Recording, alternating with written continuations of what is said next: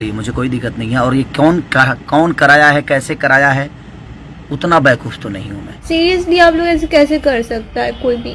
दोस्तों अभी अभी खेसारी लाल लाइव आते हैं और काजल राघवानी के रिलाई कर देती है और काजल राघवानी टारगेट करने के लिए खेसारी लाल के ऊपर गाना बना दिया लइका न चाहिए डिफेंडर वाला।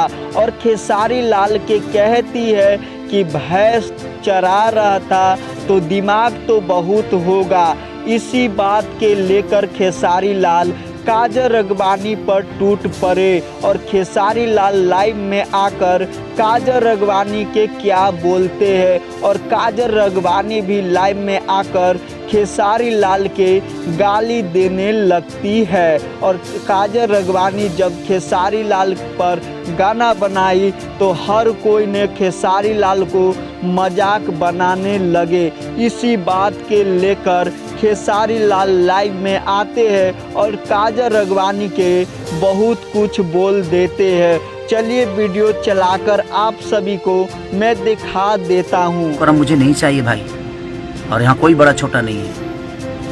आप पर्सनली दुश्मनी निकाल रहे हैं तो निकालिए। दोस्तों आप सभी ने तो वीडियो देख लिए, खेसारी लाल ने लाइव में आकर काजल राघवानी के किस तरह रिलाई करते हैं जो कि काजल राघवानी अब सुधर जाएगी और खेसारी लाल के बारे में बहुत कुछ बोलती है काजल राघवानी जो अब नहीं बोल पाएगी। और खेसारी लाल अपने नज़र से बिल्कुल गिरा चुके हैं काजल राघवानी के और काजल राघवानी को बिल्कुल भी वैल्यू नहीं देते हैं। और काजल राघवानी कहती है कि खेसारी लाल के हम वैल्यू नहीं देते हैं, लेकिन काजल राघवानी ने खुद स्टेज शो प्रोग्राम में खेसारी लाल के चलते रोने लगी क्योंकि खेसारी लाल के फैन ने काजल राघवानी को फोटो दिखाने लगे स्टेज शो प्रोग्राम में खेसारी लाल के, तो काजल राघवानी ने